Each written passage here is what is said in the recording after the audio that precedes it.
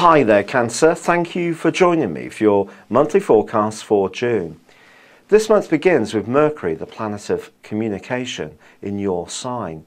But unfortunately, there's going to be a bit of a lag insofar as you have 4 planets still in your 12th solar house. So you may not quickly pick up momentum. But when Venus arrives in your sign on the 3rd, this is certainly going to help. This is a very charismatic planet, and it can draw lots of very good things to you this month, though not necessarily obviously. Unfortunately, this could also be a month that begins in its first 2 weeks with some challenges around relationships. Now, Cancerians have a reputation of disliking confrontation, and it's true that sometimes you'll go left and right and try to find a way through disagreements in a more consensual way. But you may have to really stand your ground about something you believe very strongly around. It could be a personal issue, it could be a business or financial one, or it could in week 2 be around your love life. And you need to keep your wits about you because the key issue is power. Who holds the power? But you need to use your power wisely as well. You are a cardinal sign, therefore one of the most powerful members of the zodiac.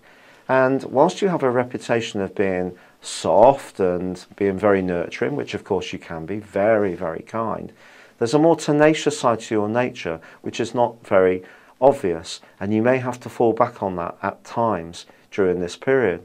Also from the 5th through to the 10th, well, Mars is clashing with Neptune, and something could really get under your skin in a way which could be quite unusual for you. It may almost make you feel very insecure, particularly if you are finding it very difficult to get to the bottom of the facts around a particular issue. Equally, anything linked to your past which was rather painful, an unresolved grievance or emotional issue that's been left festering, even if you think that you dealt with it, you may be surprised by how it could come up across the 5th to the 10th on the back of that Mars-Neptune clash. However, when the Sun arrives in your sign on the 21st, it's all systems go. This is tremendous for you.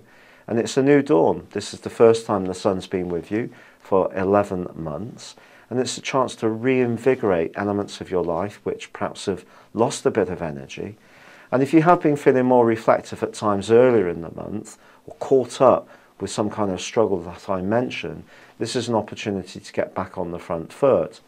Unfortunately, once more the planets conspire to make it a little bit tricky for you, because there is a full moon, and this full moon occurs in your 7th solar house, but also forges a relationship with Saturn.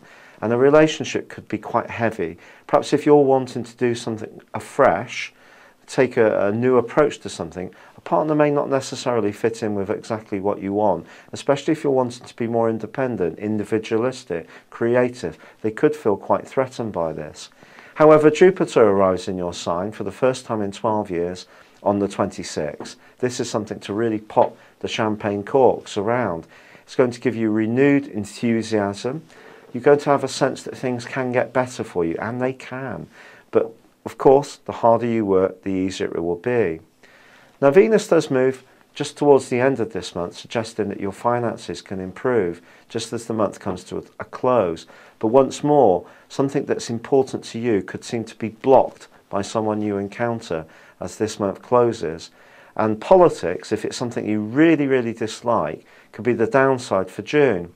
But there's also a lot for you to look forward to, and Jupiter arriving in your sign is a very, very auspicious event. Thank you for joining me, good luck, and goodbye for now.